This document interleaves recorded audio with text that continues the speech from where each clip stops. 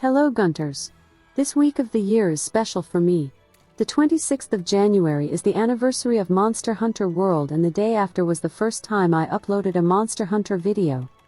This means my campaign to make Gunlance popular started no less than 5 years ago, and I'm still on it. Even in the dark ages, like how sucked in base rise. Actually, even more than. To commemorate the moment, I have got back to the Monster Hunter World once again to relive the campaign, and this video is my commentary about how I feel about World at this time after all these years and the Rise and Sunbreak experience.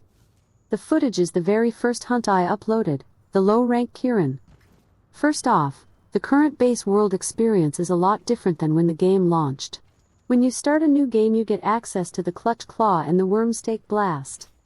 I think that if you don't own Iceborne, you don't get access to either, but since I'm digital, I get no choice.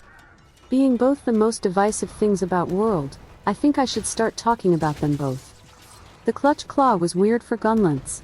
Gunlance was considered a light weapon to allow the monster to drop ammo while using the mounting attack. This is important for Gunlance because it needs ammo for the Wormstake Blast, or WSB for short. The backdraw is that this makes it so that you need to hit the same point twice to wound it. Wounding increased your melee damage but not your shelling one. All this together made it safe for Gunlance to avoid the whole wounding thing because it was frankly terrible. Here I don't bother at all trying to wound Kirin.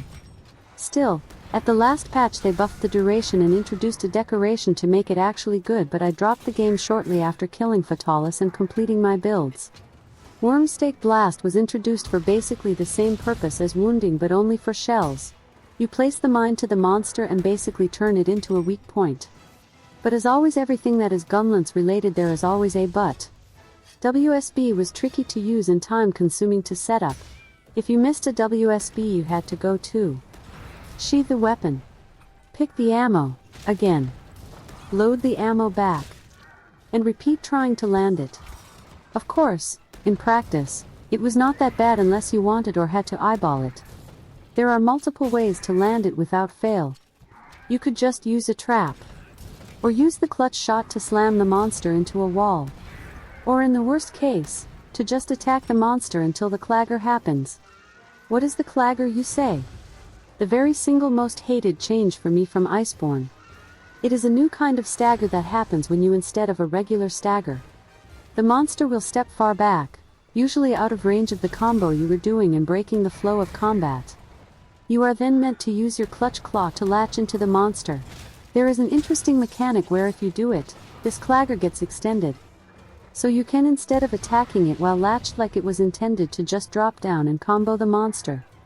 All this busy work of having to set up and mine the WSB and react to use the Clutch Claw, and so is the stuff people hated about the Gunlance. But maybe, after playing Sunbreak, this is not that bad. It is true that it is cool getting into a zen status of just fighting, dodging and attacking, but these things avoid the hunts being too same-like. Having to think and react to stuff is good. Of course, I agree that it can be wonky, and there is no more frustrating thing than failing to land a WSB because the monster just clagged with the shell before the WSB. And WSB feedback is awesome. Explosions x2 with double the stagger, double the thunder and double the screen shake. The extra stagger meant more knockdowns and more monster drooling for big windows of damage. Gunlance shelling felt strong as felt, they were as weak as always, but seeing the monster react every few hits made you feel like a god. I'm right? Rise's shells don't feel this way even if they deal more damage. Almost all the stagger bonuses got removed, and they have gone a lot way to make charged shells suck in several ways. I would say that World Combat is at once easier and harder than Rise. It is harder because of all the mentioned setup, where if you mess up you have to try again, and because your lack of instant immunity moves like Ground Splitter, Guard Edge or Reverse Blast Dash. One of the things I dislike about World Combat is the absolute lack of synergy with your shield. You only can guard after stopping attacking, and that is all. What I miss the most while replaying the game is the lack of guard of Wyvern Fire. I have tried to guard a couple of attacks with it just to get carded because I come just from playing Rise. Wyvern Fire still gets used from me because of the awesome stagger bonus that is almost guaranteed to stagger a monster, and the secondary trio of explosions after WSB that feels like they are stronger than the WF itself. I totally miss the guard reload from Rise and Generations Ultimate. The lack of these attacks and guarding options makes positioning a lot more important than in Rise, where the combat is based on managing your different cooldowns to avoid the enemy's attacks. There are also no wire bugs and you can't instantly recover from a mistake to continue attacking. This makes getting hit a lot more dangerous here and totally kills your momentum. But to compensate for this, World had two busted mechanics: healing augmentation and temporal and rock steady mantles. But they knew what they were doing, and you only unlock both after you have beaten the campaign. In the case of healing augmentation, it even got unavailable when you started playing Iceborne until once again the endgame and got a big downgrade. Rise has good healing options, but World's healing augmentation was totally busted in comparison. First of all, it was a freebie. Rise has blood right, but that requires to put a skill in your armor that is taking you from using other skills, while in World you only sacrifice some minor affinity or attack. And second, it was always active and unconditional. This itself is not so bad because, as said, attacks could still send you flying, making you waste a lot of time. What really made healing augmentation bonkers was the combination with the Rocksteady Mantle. Rocksteady Mantle made you not flinch with virtually anything. Combine it with enough healing augmentation and you became virtually unkillable while attacking, allowing for non-stop aggression. Temporal Mantle before the big nerf was just as bad or worse, since you didn't even took any damage and worked against the nastiest things in the game.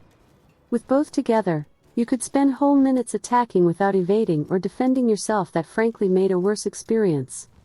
But because they existed and people used them for this exact reason, the developers counter-attacked by introducing attacks that ignored the mantle, like Lunastra Nova, and bloated their health so they would be still standing after the mantle wore out. The core content of World Endgame was ridiculously easy. You could very easily slay most Elder Dragons under 3 minutes while protected with the mantles and self-healing faster than they could attack. If they could attack at all. Because combine this with the increased stagger power and the low stagger thresholds of monsters and base World as a staggerfest. Even in Iceborne, if you placed the WSB right at the legs, you could chain staggers against half the monsters. So this is the explanation of why, while the base World was the easiest monster hunter ever, was also the most hard and merciless one. Arch-tempered Elder Dragons, Lunastra and the duo of Ancient Leshen and Extreme Behemoth were introduced to counter all this and went to the other side.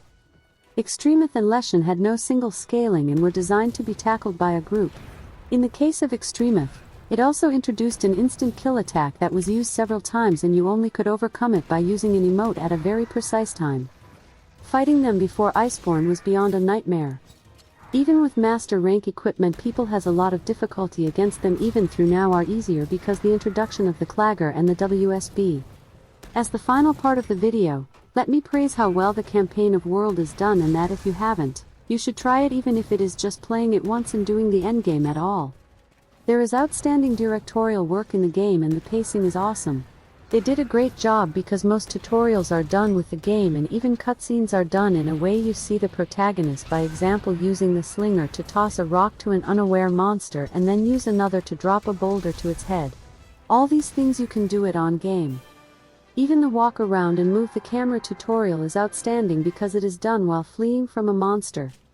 The campaign gives you a reason why you must hunt every monster once. It is far from the typical pick this monster from a list done in every other Monster Hunter, but here by example, you must set a camp in a new locale, but it will be not possible unless you slay the monster that has taken the place home. The game is gorgeous, although I think the combat areas are too much busy and is hard spotting important things like stones, and there is too many ledges and uneven grounds. I hate sliding. And well, this is all I'm talking for today. I totally love World like loved it first day, and I will keep playing until beating Iceborne in my spare time. I'm doing a series of tweets about my experience if you want to take a look. Thanks for watching all this time. I will keep for 5 more years. See you in this and every future Monster Hunter.